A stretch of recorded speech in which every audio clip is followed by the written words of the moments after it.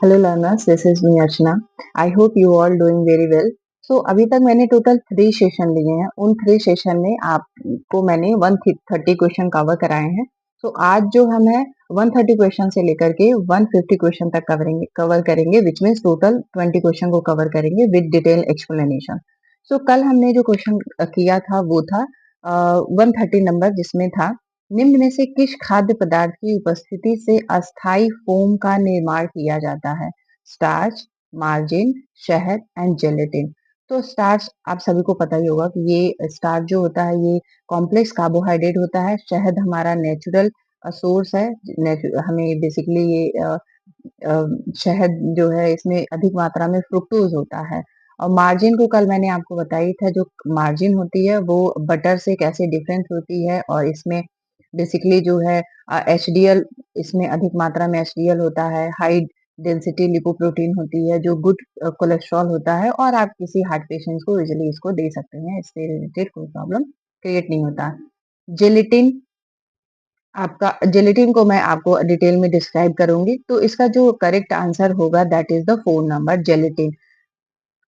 तो इसका जो सारे जो ऑप्शन गिवन है इसको डिटेल में हम यहाँ पे समझेंगे। That is the starch is a complex carbohydrate that is stored in a plant as used by animals as a source of energy। किसमें यूज करते हैं उसको? एनर्जी के रूप में, क्योंकि ये जल्दी से डाइजेस्ट हो जाता है और एनर्जी प्रोड्यूस करता है। मिलता किसमें है? बेसिकली ग्रेन में, व्हीट में, राइस में, बर्ली में, पोटैटोज, कॉर्न एंड पीस, इन सारी चीजों में आपको स्टार्च देखने के लिए मिलता है। टाइप्स ऑफ स्टार्च में आपका आ जाएगा amylose. Amylose, a linear starch of molecule that is digested more slowly। ये बेसिकली जो स्टार्च होता है वो कम धीरे, जो इसका डाइजेशन होता है वो धीरे होता है, यानी स्लो होता है। नेक्स्ट आपका आ जाता है amylopectin. Amylopectin is a branches starch molecule that is digested fasted. यानी ये जो स्टार्च होता है, अमाइलोपेक्टिन होती है, इस ये जल्दी डाइजेस्टिव हो जाता है और फास्ट, इसका जो डाइजेशन है ये फास्ट होता है। अब हम स्टार्ची फूड्स को पढ़ेंगे। Starchy and non starchy food क्या क्या होते हैं, ये बेसिकली आपको इस तरीके के टर्म यूजीसी नेट के एग्जामिनेशन में देखने के लिए मिलेंगे। Starchy and non starchy foods. So starchy food are a good source of energy, यानी ये जो एनर्जी का यानी ऊर्जा का अच्छे सोर्स होते हैं। इसमें अधिक मात्रा में आपको फाइबर्स, विटामिन एंड मिनरल्स मिलेंगे। नॉन स्टार्ची फूड में food are that do not contain starch, इसमें स्टार्च नहीं होते हैं, but which is a type of carbohydrate. They are often high in fibre and nutrients and low in calorie calories and carbohydrate. So इसमें basically जो होता है, non starchy food जो होते हैं वो अधिक मात्रा, इसमें स्टार्च कम मात्रा में होता है, लेकिन ये आपको high fibre and nutritions provide करते हैं, जिनमें कैलोरीज कम होती है और कार्बोहाइड्रेट कम होता है। अब यहाँ पे मैंने कुछ फिगर मेंशन किए हुए हैं स्टार्ची फूड का, जिसमें आपका आ जाएगा bread, serial, pasta, rice, potatoes, इस तरीके का। और जो नॉन स्टार्ची फूड है उसमें आपके आ जाते हैं almost vegetable, as you can see brinjal और कैबेज आपका गिवन है, कैरेट है, और आपके बीटरूट्स हैं। इस ये सारे जितने भी आपके फ्रूट्स आ जाएंगे, आपके वेजिटेबल्स आ जाएंगे, वो नॉन स्टार्ची में आ जाएंगे, जो अ, अधिक मात्रा में फाइबर रिच होते हैं। और जो फाइबर रिच होने के साथ साथ इसमें कैलोरीज भी अधिक मात्रा में होती है, और स्टार्च इसमें जो कम होता है। नेक्स्ट आता है आपका gelatin. Gelatin is a protein derived for animal collagen and its is used in many food. बहुत सारे फूड में ये यूज किया जाता है, including dairy product, gummy candies. It is also use in capsule and cosmetic. तो जो jelly होती है वो बेसिकली जो एनिमल हैं उनके कोलेजन से, उनके टिश्यू से, उनके बोन से ये बनाया जाता है। और ये बेसिकली ज्यादातर यूज किया जाता है डेयरी प्रोडक्ट में, गमी कैंडीज बनाने में, और इसको कैप्सूल और कॉस्मेटिक में भी इसको यूज किया जाता है। अब ये बेसिकली वर्क कैसे करता है? How gelatin work in food. ये वर्क कैसे करता है? In in dietary In dairy product, gelatin act as a stabilizer to prevent ice crystals from forming which help keep the texture smooth and creamy. ये basically जो dairy product होते हैं यानी दूध और दूध मिल्क एंड मिल्क से बने जितने भी पदार्थ होते हैं उनमें स्टेबलाइजर के रूप में कार्य करता है। उसको प्रिजर्वेशन के रूप में उसको वर्क करता है। साथ ही साथ उनके जो टेक्सचर है टेक्सचर को स्मूथ और क्रीमी करने में ये परफॉर्म करता है। Gelatalization also help extend the shelf life of dairy product. जो डेयरी प्रोडक्ट है उसकी सेल्फ लाइफ को इनहेंस करता है, उसको स्मूदी टेक्सचर देता है, क्रीमी टेक्सचर देता है और साथ ही साथ उसमें जितने भी डेयरी प्रोडक्ट हैं उनके सेल्फ लाइफ को इनहेंस करता है। इज जेलेटिन वेजिटेरियन और vegan? No, gelatin is not a vegetarian or not a vegan क्योंकि अभी अभी मैंने बताया कि ये बेसिकली एनिमल से बनाए जाते हैं, एनिमल के बोन्स टिश्यूज इन सब से बनाया जाता है। Gelatin is not a vegetarian और vegan because it is comes from processed animal tissues. इससे ये बेसिकली बनाया जाता है एनिमल के टिश्यूज से। मुझे ये वीगन वीगन एक्चुअली जो आपका पूछा जाता है ये नेट यूजीसी नेट के एग्जामिनेशन में वीगन से अधिक क्वेश्चंस आते हैं और इसके आपको फिगर भी देखने के लिए आया था इससे जो पहले एग्जामिनेशन हुआ था उसमें। सो वीगन फूड बेसिकली होता क्या है? Are plant based food. Vegan food जो होता है वीगन फूड वो प्लांट बेस्ड होता है such as fruits, vegetables, beans, grains, nuts and seeds. Vegan avoid all animal products. आप इसको नोट डाउन करेंगे कि जो वीगन है वो ऑल एनिमल प्रोडक्ट यानी मिल्क भी आप इसमें कंज्यूम नहीं कर सकते, एग भी इसको कंज्यूम नहीं कर सकते, including dairy, egg and honey. Honey भी इसमें नहीं आता है यानी जो वीगन फूड होते हैं उसमें डेयरी के कोई प्रोडक्ट नहीं आ जाएंगे विच मीन्स मिल्क, योग, कर्ड कुछ भी आपका इसमें नहीं आएगा, एग भी नहीं आते हैं, हनी भी नहीं आएगा क्योंकि ये भी एनिमल से मिलता है। Vegans should make sure they get enough protein and iron, but it can be difficult to get enough vitamin B12 and also calcium. Calcium भी आप जो है वीगन फूड में आपको नहीं मिलता है। तो जो भी वीगन फूड कंज्यूम करते हैं, जो भी पर्सन वीगन फूड को कंज्यूम करते हैं वो कैल्शियम के सप्लीमेंट्स या तो अलग से लेते हैं या फिर विटामिन B12 के वो सप्लीमेंट्स अलग से उन्हें लेने पड़ते हैं। नेक्स्ट क्वेश्चन इज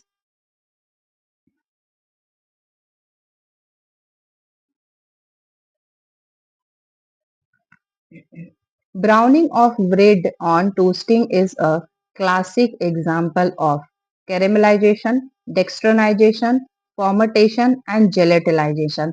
तो जब भी ब्रेड यानी जो टोस्टिंग है उसमें जो उसको सेकने पे जो ब्राउनिंग प्रोसेस आता है वो हमारा आता है डेक्सट्रिनाइजेशन। डेक्सट्रिनाइजेशन के कारण उस जो भी डबल रोटी या ब्रेड है उसमें ब्राउनिंग प्रोसेस देखने के लिए मिलता है। कैरेमलाइजेशन, फॉर्मेटेशन एंड जेलेटलाइजेशन को हम डिटेल में यहाँ से समझेंगे। So caramelization is the cooking process that involve browning sugar at low temperature which give food a rich flavor and brown color। Basically जो कैरेमलाइजेशन होता है वो शुगर पे किया जाता है। शुगर के फॉर्म को उसको टेम्परेचर पे उसके उसे जो है हाई टेम्परेचर लो टेम्परेचर से लेकर के हाई टेम्परेचर पे उसकी बॉइलिंग होती है जिसके कारण उसके रंग बदलते रहते हैं और फ्लेवर इनहेंस होते रहता है। तो फूड रिच ये फ्लेवर के लिए उसे ब्राउन कलर देने के लिए किया जाता है। शुगर ब्रेक डाउन, अब ये इसके कौन कौन से टेम्परेचर हैं, किस किस टेम्परेचर पे ये शुगर ब्रेक डाउन होता है? During caramelization sugar molecule break down through a process called pyrolysis. यानी जब शुगर का ब्रेक डाउन होता है तो जो प्रोसेस होता है उस प्रोसेस को बेसिकली हम कहते हैं पाइरोलिसिस। अब ये कैरेमलाइजेशन के लिए बेसिकली टेम्परेचर होना क्या चाहिए?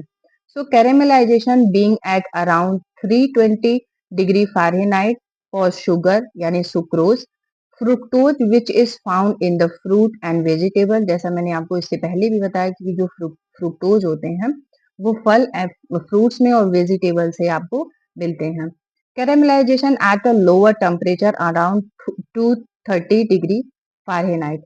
तो जो इसका हाईएस्ट जो बॉइलिंग पॉइंट होता है, जो फ़ारेनहाइट होता है, वो 320 डिग्री फ़ारेनहाइट होता है और जो इसका लोअर टेम्परेचर होता है, वो आपका 230 डिग्री फ़ारेनहाइट होता है।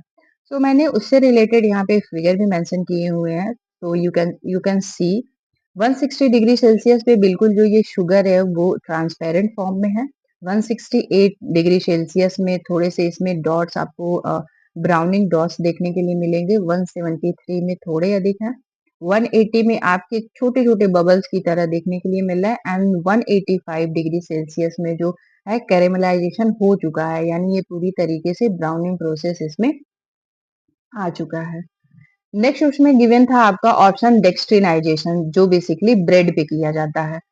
इज अ केमिकल रिएक्शन, जो डेक्सट्रिनाइजेशन है वो एक केमिकल रिएक्शन है that occur when starchy food are heated. जब भी हम किसी स्टार्च फूड को हीट करते हैं तो उसके break down on their starch into simple sugar, यानी जो उसके शुगर हैं वो सिंपल शुगर में कन्वर्ट होता है, सिंपल शुगर में ब्रेक डाउन होता है, जिसके कारण डेक्सट्रिनाइजेशन देखने के लिए मिलता है, विच मीन्स जो आपका फूड है वो उसका ब्राउनिंग कलर हो जाता है।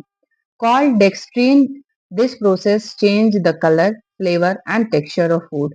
तो इस जो ये प्रोसेस होता है वो उसको बेसिकली हम डेक्सट्रिन या डेक्सट्रिनाइजेशन करते हैं, जिसके कारण जो फूड है उसका कलर, फ्लेवर एंड टेक्सचर में क्या आपको चेंजेस देखने के लिए मिलते हैं। हाउ डज डेक्सट्रिनाइजेशन ऑकर, कब ये बेसिकली होता है? हीटिंग के द्वारा। Heating starchy food break down their starch into dextrin, यानी जब हम इसे हीट करते हैं तो जो स्टार्ची फूड है, यानी जो शर्करा है, यानी जो शुगर है, वो अपने बिल्कुल सिंपल फॉर्म में टूटता है, ब्रेक डाउन होता है, जिसके कारण आपको ब्राउनिंग प्रोसेस देखने फूड पे ब्राउनिंग प्रोसेस देखने के लिए मिलता है। Next one is acid hydrolysis. So acid hydrolysis is a food processing technique that can produce dextrinized starch. जो ये भी क्या करता है, बेसिकली उसका एक प्रोसेस है जिसके कारण ये भी डेक्सट्रिनाइजेशन स्टार्च प्रोवाइड करता है। Explanation, explanation is the physical process. तो यहाँ पे हम ये समझने का प्रयास करेंगे कि जो एक्सप्लेनेशन ये फिजिकल प्रोसेस है, और इससे पहले हमने जो देखा था डेक्सट्रिनाइजेशन, ये बेसिकली आपका केमिकल रिएक्शन होता है। तो दोनों टर्म के बीच में आपको डिफरेंस पता होना चाहिए, क्योंकि अभी तक यूजीसी नेट में डेक्सट्रिनाइजेशन से क्वेश्चन आए हैं और एक्सटेंशन से क्वेश्चन नहीं आया। तो मे भी चांसेस हैं आपको एक्सट्रीमेशन से क्वेश्चन आ जाए, तो ये आपको मेक श्योर कर लें कि जो डेक्सट्रिनेशंस होती हैं वो फिजिकल प्रोसेस होता है जो डेक्सट्रिनाइजेशन स्टार्च के लिए बेसिकली प्रोड्यूस करता है। So that can produce dextrinized starch, ये भी क्या करता है, डेक्सट्रिनाइजेशन स्टार्च में ही को देता है, यानी उससे भी आपका जो फूड है उसका कलर जो होता है ब्राउनिंग हो जाता है। Fermentation is a natural process, as we can as all we know. Fermentation जो होता है वो नेचुरल प्रोसेस होता है that use microorganism like yeast and bacteria. जो फर्मेंटेशन होता है ये बेसिकली नेचुरल प्रोसेस है, क्योंकि इसमें जो माइक्रो ऑर्गेनिज्म होते हैं उनको लाइव फॉर्म में, यानी जो वो जीवित माइक्रो ऑर्गेनिज्म को हम खाते हैं, यानी इनहेल करते हैं, उन्हें लेते हैं। किस किस माध्यम से? Yeast and bacteria, to convert carbohydrate into acid और alcohol. This process is used to preserve food and give it a unique flavor. Basically ये किसको enhance करते हैं? फ्लेवर को enhance करते हैं। यदि फॉर्मेटेशन किसी भी फूड का आप कर देते हैं तो एक तो जो वो फूड होता है वो सॉफ्टी हो जाता है, उसमें ह्यूमिडिटी आ जाती है और वो नरम हो जाता है, और साथ ही साथ उसके फ्लेवर को आप enhance कर देते हैं। हाउ इट वर्क, बेसिकली ये कैसे काम करता है? Micro organism like yeast and bacteria convert carbohydrate like sugar, starch into acid और अल्कोहल। तो माइक्रो ऑर्गेनिज्म जो है वो यानी जो ईस्ट है, बैक्टीरिया है, वो कन्वर्ट हो जाते हैं कार्बोहाइड्रेट में और sugar and starch into acid और अल्कोहल, यानी शुगर और स्टार्च में कन्वर्ट हो जाते हैं। द एसिड और alcohol act as a natural preservatives, यानी जो एसिड है और अल्कोहल है उनको नेचुरल प्रिजर्वेटिव के रूप में भी यूज किया जाता है। इसके बेसिकली बेनिफिट क्या क्या है, यानी जो फर्मेंटेड फूड है उनके बेनिफिट क्या क्या है? Fermented food can boost the nutritional value of the food, yes it is. They can provide the body with probiotics which are live microorganism important for digestion. यानी जब ये फर्मेंटेशंस होते हैं, यानी जब माइक्रो ऑर्गेनिज्म जो है वो डेवलप होते हैं। फॉर एग्जांपल आप कर्ड ले लेंगे, इसमें जो कर्ड है उसमें जो हम माइक्रो ऑर्गेनिज्म डेवलप होते हैं उनको लाइव फॉर्म में खाते हैं हम इन्हें। तो माइक्रो ऑर्गेनिज्म जो होते हैं ये बेसिकली डाइजेशन को भी बूस्ट करते हैं, और ये हमारे प्रोबायोटिक में आते हैं जो गट माइक्रो जो गट सेल हैं उनको इम्प्रूव करते हैं, सो दैट आपका जो डाइजेशन है वो इनहेंस हो सके, प्रॉपर तरीके से वर्क कर सके। नेक्स्ट क्वेश्चन आपका गिवन है 134 नंबर। निम्नलिखित में से कौन सी सब्जियों एवं फलों में एंजाइमेटिक ब्राउनिंग का एक उदाहरण है? ऑप्शन इज ऑर्थोक्यून बनाने हेतु पॉलीफिनॉल के साथ फिनोल ऑक्सीडेज की अभिक्रिया, यदि रिएक्शन कराते हैं इसके साथ तो। सेकंड, मिलालिन बनाने हेतु अमीनो अम्ल ऑक्सीडेज की अपचयी शर्करा के साथ अभिक्रिया। थर्ड, पॉलीफिनोल बनाने हेतु पॉलीफिनॉल की लौह तत्व के साथ जब अभिक्रिया होती है तब। या फोर्थ है, पॉलीक्लोन बनाने हेतु अमीनो ऑक्सीडेज की विटामिन सी के साथ अभिक्रिया। तो जो आपका ऑप्शन करेक्ट होगा that is the first number. Why first number? Because जब भी एक सब्जियों एवं फलों में एंजाइमेटिक ब्राउनिंग होती है, इसका मैं लाइव एग्जांपल आपको देती हूँ। यदि आप एप्पल को कट करके आप उसे बाहर ही ऐसे छोड़ देते हैं, तो जब ऑक्सीजन के साथ वो रिएक्ट करते हैं तो उसमें डोपा क्रिएट होता है, जिससे उसे जिससे उसके ऊपर जो है एक आपको ब्राउनिंग एरिया देखने के लिए मिलेगा। तो ये बेसिकली तब होता है जब ये ऑर्थोक्रिन बनाने हेतु पॉलीफिनॉल के साथ हम फिनोल ऑक्सीडेज को अभिक्रिया करते हैं, यानी उसके साथ जब हम इसे मिलाते हैं। Next one is 133 number. यदि ये असर्शन रीजन का बेसिकली आपका क्वेश्चन है, तो जब भी हम असर्शन और रीजन का क्वेश्चन देखते हैं तो हमें ये देखना चाहिए कि इसके कारणवश यदि इस पे पड़ रहा है, यानी क्योंकि लगा के हमें इसे सॉल्व करना चाहिए। सो क्वेश्चन इज, यदि अंडा पानी से भरे ग्लास में तैरने लगे तो इसे बासी माना जाता है, क्यों? वायु कोशिका के आकार में कमी और नमी की कमी के कारण खराब गुणवत्ता वाले अंडे तैरने लगते हैं। सो जो आपका ऑप्शन करेक्ट होगा that is the first number, क्योंकि फर्स्ट सही है। यानी यदि अंडा पानी में के भरे गिलास में तैरने यानी फ्लोट करने लगता है तो वो बेसिकली माना जाता है कि ये अंडा जो है ये खराब अंडा है, और वायु के आकार एवं इसका इस पे कोई इफेक्ट नहीं है, इससे इसका कोई। निम्नलिखित वशीय अम्लों को अनसैचुरेटेड अनसैचुरेटेड के आरोही क्रम में व्यवस्थित करें। Arrange the following fatty acid in the ascending order of unsaturation. यानी जो बेसिकली इसमें जितने भी आपको ये फैटी एसिड दिख रहे हैं ये सारे अनसैचुरेटेड फैटी एसिड हैं।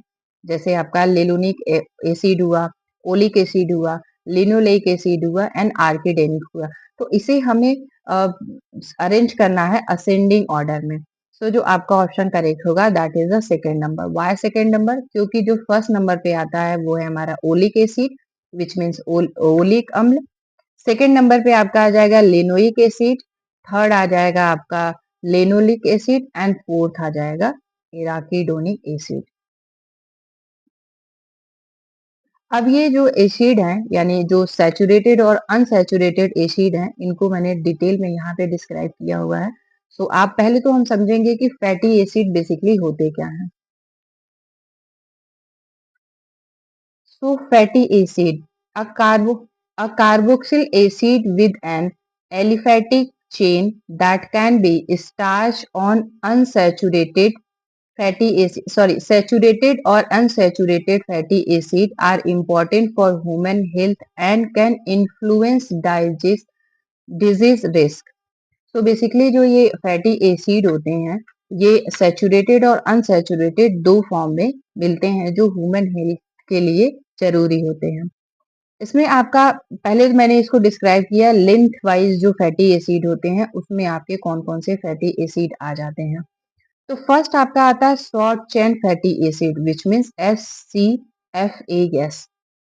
जो शॉर्ट चेन फैटी एसिड होता है ये fatty acid with aliphatic tails और 5 or few carbon, example butyric acid, acetic acid and propionic acid, यानी जो इसमें शॉर्ट चेन एसिड होते हैं वो आपके ब्यूटारिक एसिड होते हैं, एसिटिक एसिड होते हैं और प्रोपियोनिक एसिड होते हैं। सेकंड आपका है medium chain fatty acid which means MCFAS are fatty acid with aliphatic tails 6 to 12 carbon इसमें होते हैं। इसमें जो कार्बन होते हैं आपके 6 to 12 कार्बन होते हैं which can form medium chain triglyceride, for example capric acid, lauric acid and caprylic acid. तो जो मीडियम चेन जो मीडियम चेन फैटी एसिड होता है उसमें जो कार्बन्स होते हैं आपके वो 6 to 12 होते हैं, ये इंपॉर्टेंट चीज है। और साथ में ये मिलता है आपको किसमें किसमें है, ट्राइग्लिसराइड में, capric acid, lauric acid and caprylic acid में आपको ये देखने के लिए मिलेगा। Third one is long chain fatty acid which means LCFA। These are fatty acid with aliphatic tails, इसमें जो बेसिकली होता है वो 13 से लेकर के 21 कार्बन होते हैं। फॉर एग्जाम्पल इकोसेफ्टूनिक एसिड यानी EPA, alpha linoleic acid which means ALA, linoleic acid, arachidonic acid and डोका हेक्सानिक एसिड। ये कभी कभी आपके एग्जाम में DHA का फुल फॉर्म दिया जाता है, तो आप इसको नोट डाउन कर लें और इसे ध्यान में रखें। और EPA से भी क्वेश्चन आ जाता है और आपके ALA यानी अल्फा लेलोनिक एसिड को भी फुल फॉर्म कभी कभी इसमें आपको पूछने के लिए दे देता है और 4 ऑप्शन गिवन होंगे जिसमें से आपको जो है करेक्ट ऑप्शन चूज करने होंगे। ये जो बेसिकली फैटी एसिड हैं ये basically omega sorry omega 3 and 6 fatty acid में बेसिकली ये देखने के लिए मिलते हैं और ये फिश में अधिक मात्रा में पाए जाते हैं। जो ठंडी जलीय फिश होती हैं उनमें ये अधिक मात्रा में आपको फैटी एसिड देखने के लिए मिलेंगे। Next one is very long chain fatty acid यानी VLCFA। These are fatty acid with aliphatic tails, इसमें बेसिकली 22 से लेकर के ज्यादा होते हैं, यानी जो कार्बन होते हैं वो 22 से लेकर के और अधिक होते हैं। यहाँ पे मैंने फिगर मेंशन किया हुआ है सो दैट आप इसको इजीली तरीके से समझ पाएं कि जो फैटी एसिड होते हैं वो किन किन, बेसिकली जो फैटी एसिड होते हैं वो 2 टाइप्स के होते हैं। और इसके पहले जो मैंने बताया वो बेसिकली लेंथ के हिसाब से बताया कि लेंथ वाइज जो फैटी एसिड होते हैं वो हमारे कौन कौन से होते हैं। तो इसमें आ जाएगा आपका saturated fatty acid and unsaturated fatty acid. तो जो सैचुरेटेड फैटी एसिड होता है ये LDL होता है। Why LDL? क्योंकि ये लो डेंसिटी लिपोप्रोटीन होता है, ये बैड कोलेस्ट्रॉल होता है। और जो अनसैचुरेटेड फैटी एसिड होता है वो HDL होता है which means high density lipoprotein, ये गुड प्रोटीन के गुड फैटी एसिड के अंतर्गत आता है। जो सैचुरेटेड फैटी एसिड है इसमें आपके एनिमल फैट्स आप फैट आ जाते हैं, बटर आ जाता है और लार्ड आ जाता है। अनसैचुरेटेड फैटी एसिड को इन्होंने 2 भाग में डिवाइड किया है, एक हमारा आ जाता है poly unsaturated fatty acid and mono unsaturated fatty acid. Mono unsaturated fatty acid में आप समझ सकते हैं कि इसमें जो फैट होता है उसके एक भाग होते हैं, यानी सिंगल बॉन्ड वो होता है। और पॉली अनसैचुरेटेड फैटीज में 2 या 2 से इसमें अधिक इसके भाग होते हैं, यानी 2 या 2 से अधिक जो है फैटी एसिड होते हैं। अब जो पॉली अनसैचुरेटेड फैटी एसिड है इसमें आपका आ जाता है omega 3 fatty acid and omega 6 fatty acid. तो जो ओमेगा 3 फैटी एसिड है ये बेसिकली अभी हमने पढ़ा है EPA यानी फिश एंड सेल फिश में, जो मैंने आपको ऊपर अभी डिस्क्राइब किया है। डोकोहेक्साफिलॉइक एसिड यानी फिश और सेलफिश में, जो सेलफिश होती हैं, और लेनोइक एसिड में, फ्लैक्ससीड में, सोयाबीन में, वॉलनट में और वॉलनट में ये आपको देखने के लिए मिलेगा। वॉलनट में अधिक मात्रा में जो है ओमेगा 3 फैटी एसिड होता है। ओमेगा 6 फैटी एसिड ये बेसिकली आपको कॉर्न ऑयल में, सनफ्लावर ऑयल में, सफोला ऑयल में इन सारे ऑयल्स में आपको ओमेगा 6 फैटी एसिड मिलता है। मोनो अनसैचुरेटेड फैटी एसिड में जो आ जाता है वो है omega 9 fatty acid, which means ये आपको जो मिलता है वो है ऑलिव ऑयल में, अवाकाडोज में, पीनट्स में और आलमंड्स में।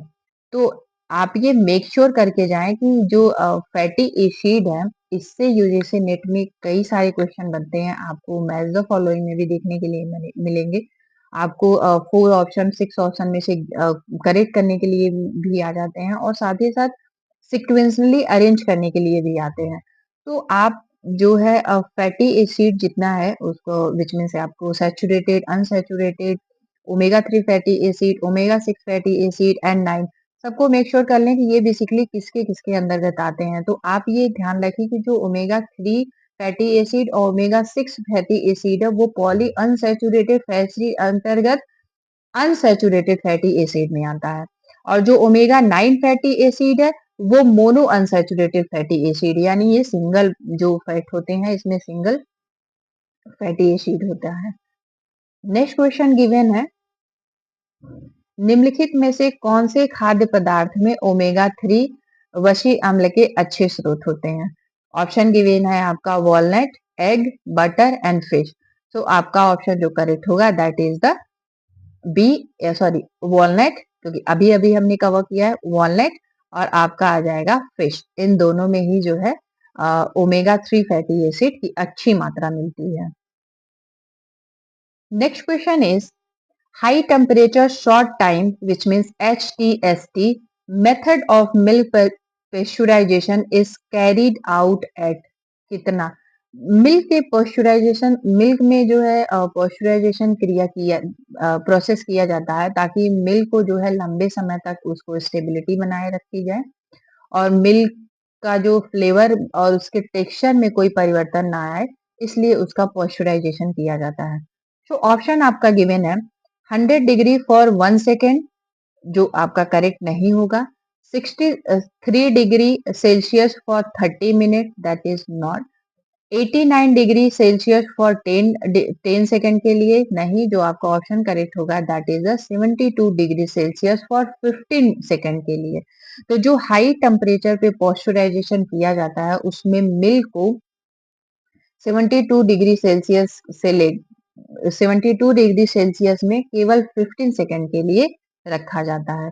सो इसको मैंने डिटेल में यहाँ डिस्क्राइब किया हुआ है कि what is the milk pasteurisation. So, is a process that heat milk to a specific temperature। इसके लिए जो मिल्क को स्पेसिफिक टेम्परेचर पे रखा जाता है। Set amount of time to kill harmful bacteria, एक अमाउंट निर्धारित होती है और एक सेट ऑफ टेम्परेचर होता है सो दैट जितने भी उसमें हार्मफुल बैक्टीरियाज हैं उनको किल किया जा सके। Types of pasteurisation. So here is given as 3 types of pasteurization, that is the wet pasteurization. Milk is heated to 63 degrees Celsius, which means 145 degree Fahrenheit for 30 minutes. यदि आपके एग्जामिनेशन में wait pasteurisation से question आते हैं तो आप remember रखें, ध्यान रखें इस चीज का कि उसमें जो मिल्क होता है उसको 63 डिग्री सेल्सियस पे और 45 डिग्री फ़ारेनहाइट पे 30 मिनट के लिए इस मिल्क को रखा जाता है, इस मिल्क को पॉस्चराइज किया जाता है। High temperature short time, which means high temperature और कम समय के लिए रखा जाता है। Pasteurisation milk is heated 72 degree Celsius which means 161 degree Fahrenheit for 50 second. यानी जो हाई टेम्परेचर, यदि टेम्परेचर हाई है तो उसकी टाइमिंग कम की जाती है यानी शॉर्ट टाइम रखा जाता है, और यदि उसकी टाइमिंग जो है अधिक है तो जो उसका टेम्परेचर है वो कम होता है। तो इसमें जो हाई टेम्परेचर होता है मिल्क की प्रोसेस में हाई टेम्परेचर, तो इसमें जो आपका दूध को हीट किया जाता है यानी मिल्क की हीटिंग होती है वो 72 डिग्री सेल्सियस से 15 सेकेंड के लिए केवल दूध को पॉस्चराइज किया जाता है। Ultra pasteurization which means UP, milk is heated to a higher temperature for a shorter time, which means जो इसमें तापमान होता है वो अधिक होता है, उसकी टाइमिंग जो होती है वो कम होती है।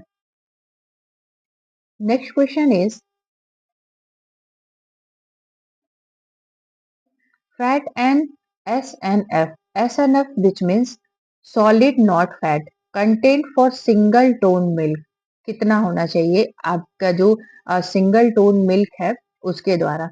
तो जो इसमें जो आपका FSSAI है और FSS है उसने कुछ एक पैमाना निर्धारित किया है, उसने एक मेजरमेंट निर्धारित किया है कि जो सिंगल मिल्क टोन दूध होना चाहिए, मिल्क होना चाहिए, वो बेसिकली उसमें जो सॉलिड नॉट फैट होना चाहिए वो कितना होना चाहिए।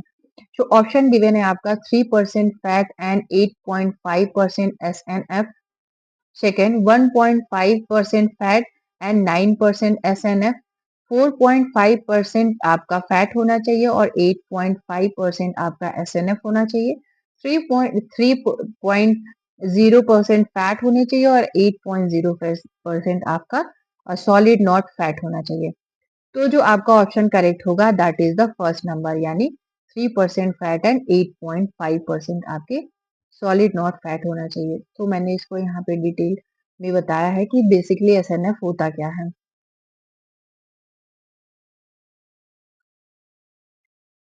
SNF stand for solid not fat and is a component of milk that included protein, carbohydrate and minerals। तो जो ये SNF होता है उसमें हम जो एक मिल्क के पैकेट होता है उसमें ये निर्धारित होता SN यानी जो FSSAI है उसने निर्धारित किया है, जो गाइडलाइन बनाते हैं फूड को लेकर के स्टैंडर्ड डेवलप करते हैं, उन्होंने ये गाइडलाइन बनाया है कि जो मिल्क होनी चाहिए उसमें कितना सॉलिड नॉट यानी उसके जो सॉलिड नॉट फैट कितना होना चाहिए, उसमें प्रोटीन, कार्बोहाइड्रेट और मिनरल्स होना कितना चाहिए। SNF is an important part of milk along with fat and it affect the price, shelf life, other characteristics of milk। ये बेसिकली उसके प्राइस पे उसकी सेल्फ लाइफ यानी उसका जो स्टोरेज की क्षमता है यानी कितने दिन तक आप उसको स्टोर कर सकते हैं एंड अदर विशेषताएं जो है मिल्क की। Next question is which fruit which fruit is a rich source of iron. इसमें से कौन से फ्रूट्स ऐसे हैं जो रिच सोर्स हैं आयरन के। डेट्स, ग्रेप्स, मैंगोज एंड बनाना। तो जो बनाना होता है इसमें पोटेशियम जो है का रिच सोर्स होता है, पोटेशियम इसमें अधिक मात्रा में होता है। सो जो डेट्स होती हैं वो आयरन के लिए यानी खजूर जो है आपको आयरन प्रोवाइड के लिए अच्छा होता है। नेक्स्ट क्वेश्चन इज किस वर्ष में कोडेक्स एलिमेंटेरियस कमीशन की स्थापना की गई थी। Codex Alimentarius Commission was establish in the year. तो पहले हम ये समझेंगे कि what is the Codex Alimentarius Commission. तो जो कोडेक्स एलिमेंटेरियस कमीशन है ये इंटरनेशनल लेवल पे फूड के प्रोसेसिंग के लिए उसमें होने वाले जितने भी कंटामिनेशन है, एडल्ट्रेशन है, फूड के गाइडलाइन को डेवलप करता है, उसके मानक निर्धारित करता है, साथ ही साथ स्टैंडर्ड बनाता है और फूड में क्या प्रिजर्वेटिव पड़ेंगे, कितनी मात्रा में पड़ेंगे, ये सारी चीजों का बेसिकली ये रिकग्नाइजेशन करता है और ये इंटरनेशनल लेवल पे वर्क करता है। जो ये इस्टेब्लिश हुआ था ये हुआ था आपका 1928 में, 1962 में, 1986 में और 1986 में। तो जो कोडेक्स एलिमेंट्री आई थी वो हमारी आई थी 1962 में। Next question is which of the following is major protein of milk. यानी जो दूध का प्रोटीन है वो क्या कहलाता है। Alpha lacto albumin, beta lactoglobulin, serum albumin. ये बेसिकली जो ऑप्शन है आपकी तीनों गलत है क्योंकि ये कुछ नहीं इसमें नहीं आता है। जो आपका आता है वो केसिन। केसिन जो है वो दूध का प्रोटीन है और ये मिल्क में आपको ये प्रोटीन मिलता है। Next question is match the following micro organism list first with their function. यानी आपको एक तरफ माइक्रो ऑर्गेनिज्म दिए हुए हैं और उनके कार्य क्या है, उनके फंक्शन क्या क्या है वो आपको दिया है, तो वो हमें बेसिकली मैच करना है। तो जो लैक्टोबैलिसिस लैक्टिस होती है, लैक्टोबैलिसिस लैक्टिस, उसको हम मैच करेंगे डेयरी किडवन से, यानी जो डेयरी फर्मेंटेशन है उससे हम मैच करेंगे।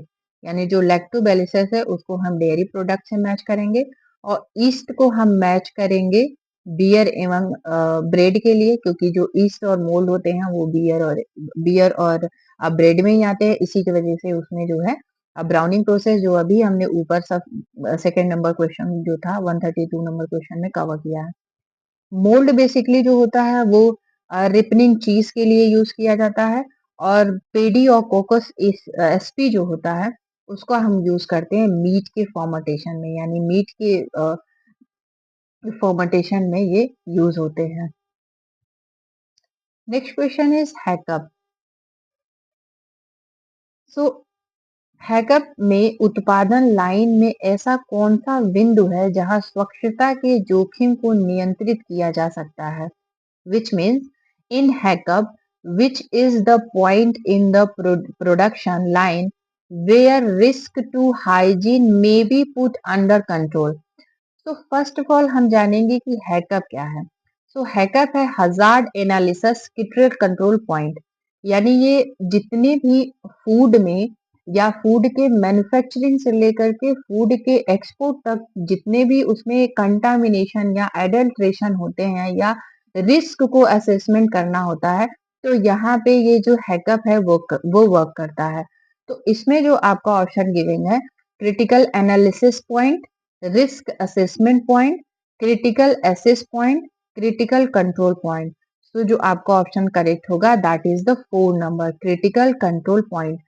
जो क्रिटिकल कंट्रोल पॉइंट है वो उस एरिया को आइडेंटिफाई करता है जहां पे ये बेसिकली अडल्ट्रेशन हो रहा है। उस जोखिम को उस एरिया को आइडेंटिफाई करने के बाद वहां पे वो नियंत्रण का कार्यक्रम चलाते हैं। नेक्स्ट क्वेश्चन इज बैक्टीरिया की कोशिका भित्त को नष्ट करने में सक्षम एंजाइम है, which means enzyme capable for dissolving the cell wall of bacteria is।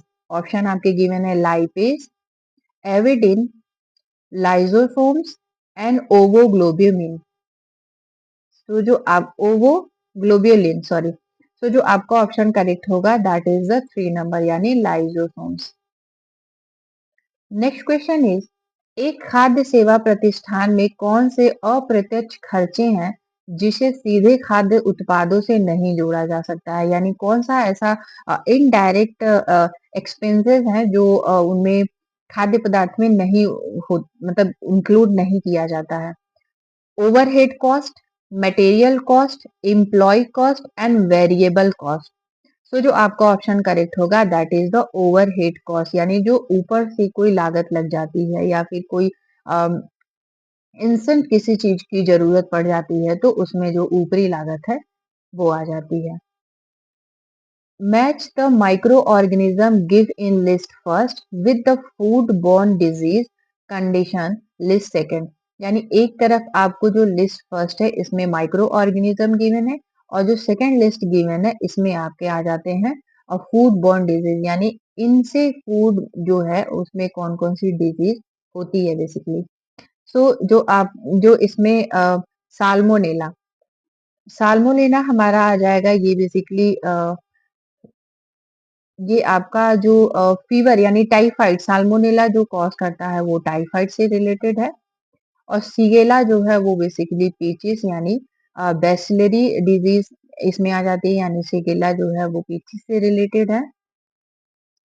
और जो आपका क्लस्ट्रिडियम आ जाएगा वो बोटुलिन से है, यानी बेसिकली ये जो भी डिब्बा बंद प्रोटीन पदार्थ होते हैं उनमें ये अधिक मात्रा में डिब्बा बंद जो पदार्थ होते हैं यानी जो भोज्य पदार्थ होते हैं उसमें ये आपको ऐसे माइक्रो ऑर्गेनिज्म आ जाते हैं। प्रोटोजोआ आपका जो हो जाएगा वो हो जाएगा अमियाबसिस हो जाएगा, और वायरस जो है वो आ जाएगा हमारा हेपेटाइटिस। तो ये बेसिकली जो साल्मोनेला होता है, ये साल्मोनेला जो है टाइफाइड कॉज करता है, सिगेला बेसिकली रिस्पॉन्सिबल होता है पीचिस से रिलेटेड, क्लास्ट्रीडियम बोटुलिन्स ये बेसिकली जो डिब्बाबंद वस्तु होते हैं, डिब्बाबंद भोज्य पदार्थ होते हैं जिनमें प्रोटीन अधिक मात्रा में होता है उसमें ये देखने के लिए मिलता है। प्रोटोजोआ जो होता है वो अम्यूबिसिस कॉज करता है और वायरस बेसिकली हेपेटाइटिस के लिए रिस्पॉन्सिबल है। Next question is 146। खाद्य भोजन सेवा संस्थाओं में औपचारिक बोली द्वारा क्रय का सही अनुक्रम बताइए, यानी इसे इन्हें हमें ऑप्शन गिवन है यहाँ पे और इन्हें सिक्वेंसली अरेंज करने हैं कि फर्स्ट नंबर पे कौन आएगा और सबसे लास्ट नंबर पे हम किसे रखेंगे। सो जो आपका फर्स्ट नंबर पे आएगा वो है हमारी आइडेंटिफाई द नीड, यानी किसी भी भोजन सेवा, यानी कोई भी हम एक फॉर्मल ऑर्गेनाइजेशन कर रहे हैं किसी भोजन के लिए किसी, तो उसमें जो होता है कि हम नीड को आइडेंटिफाई करते हैं कि बेसिकली नीड क्या है वहां पे। नीड आइडेंटिफाई होने के बाद हमारा आ जाता है कि राइट स्पेसिफिकेशन, यानी हम जो भी निर्देश है उनको लिखते हैं। लिखने के बाद हम करेंगे कि परचेज ऑर्डर, यानी जो डेवलप परचेज ऑर्डर करेंगे, यानी क्रय आदेश बनाएंगे, क्रय का आदेश बनाएंगे। नेक्स्ट नेक्स्ट नंबर पे हमारा आ जाएगा बिड के लिए आग्रह और बिड की जांच करेंगे और लास्ट में हम करेंगे अनुबंध प्रदान करना, विच मीन्स अवार्ड कॉन्ट्रैक्ट, यानी अवार्ड को अवार्ड कॉन्ट्रैक्ट। तो जो आपका ऑप्शन करेक्ट होगा that is the first number option.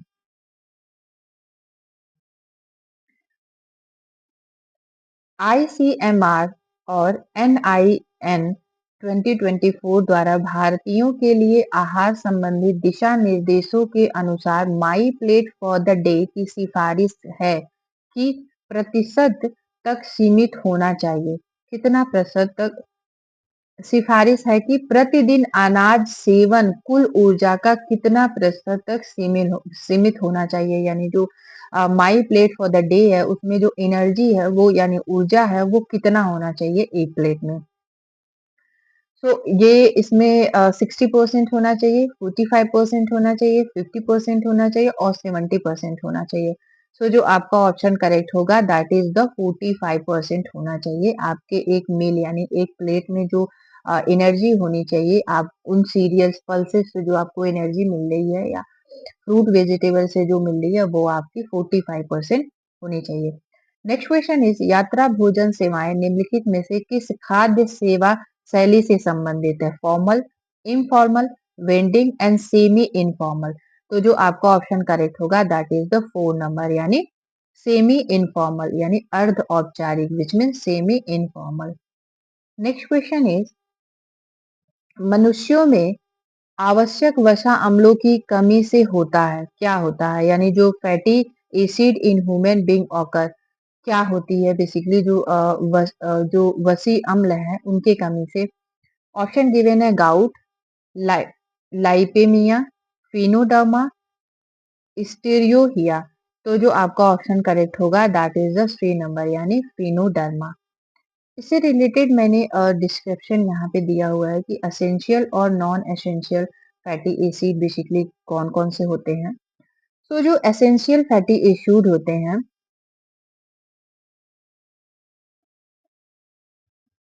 इसमें टू टाइप्स के हमारे एसिड आ जाते हैं। एक हमारा एसेंशियल फैटी एसिड होता है और सेकेंड होता है non essential fatty acid. So these are fatty acids that the body content produce and must be obtained from the diet. Yes, including linoleic acid, omega 6 and alpha linoleic acid which means omega 3. So ये essential होते हैं। Basically ये जो human है, human body है वो बनाती नहीं है इस चीज को, इन्हें जो है किसी अदर प्लांट से या एनिमल से लेने पड़ते हैं। ये जो एसेंशियल फैटी एसिड होते हैं। Non-essential fatty acids, these are fatty acids that the body can synthesize for the other fats such as oleic acid। और ये किसमें मिलता है? बेसिकली ऑलिव ऑयल में मिलता है। नेक्स्ट क्वेश्चन इज निम्न में से कौन सा मेनू ग्राहकों की पसंद के आधार पर एला कार्टे, डेबल डी ओट या संयोजक मेनू के रूप में पेश किया जा सकता है और आमतौर पर छोटे खाद्य प्रतिष्ठानों द्वारा इसका उपयोग किया जाता है। तो क्वेश्चन में एक चीज पे अटेंशन देने वाली है कि इन्होंने पूछा है छोटे खाद्य प्रतिष्ठानों और एला कार्टे और टेबल डी ऑट या संयोजन मेनू, यानी कॉम्बिनेशन मेनू कौन कौन है जो हम छोटे खाद्यान्न, यानी जो छोटे फंक्शन है या छोटे जो कैटरिंग है उसमें हम इसे यूज़ कर सकते हैं। तो ऑप्शन आपके गिवन है, सिंगल यूज़ जो मेनू है, डू-ज्वार मेनू है, चक्री यानी जो साइक्लिक मेनू है और जो बुफे है। सो सिंगल इसमें जो 2 ज्वार होता है वो 1 दिन का मेनू होता है व्हिच मीन्स वन डे मेनू होता है। साइक्लिक मेनू जो होता है बेसिकली हॉस्टल में बनाया जाता है पूरे वीक का, बेसिकली जो है वीक में या फिर जो है मंथ का एक पूरा शेड्यूल तैयार कर लिया जाता है और वो बेसिकली रिपीटेड होते रहता है। इस तरीके से जो है आपका भोज्य पदार्थ रिपीटेड होते रहता है। बफेट जो होता है ये ओपन होता है व्हिच मीन्स ये बफेट लगा दिया जाता है और इसमें जो पर्सन होते हैं वो खुद से सर्विंग होती है, सेल्फ सर्विंग होती है। इसमें किसी वेटर का कोई रोल नहीं होता है। और सो आज हमने ऑलमोस्ट 20 क्वेश्चन कवर किए हैं। सो इसमें जो आपका ऑप्शन करेक्ट होगा दैट इज द दो ज्वार मेनू, यानी छोटे प्रतिष्ठानों के लिए जो है जो खाद्य प्रतिष्ठान है वो उसमें हम बेसिकली दो ज्वार मेनू का यूज करते हैं। तो आज हमने टोटल 20 क्वेश्चन कवर किए हैं। नेक्स्ट जो हमारा सेशन होगा वो होगा कल। सो यदि आपको ये सेशन अच्छा लगा होगा तो आप इसको करिएगा subscribe, like, share, so that आप एज वेल एज आपको कमेंट करिएगा जिस भी आप उस अ, ऐसा कोई नेक्स्ट सेशन या कोई स्पेसिफिक आप सब्जेक्ट है या फिर कोई स्पेसिफिक आपको टॉपिक है जो आप नहीं क्लियर कर पा रहे हैं तो आप इस पे कमेंट कर सकते हैं सो दैट मैं उस तरीके का जो है सेशन प्लान कर सकूं और कंटिन्यू कर सकूं। सो कल मिलते हैं नेक्स्ट वीडियो में। Thanks for watching.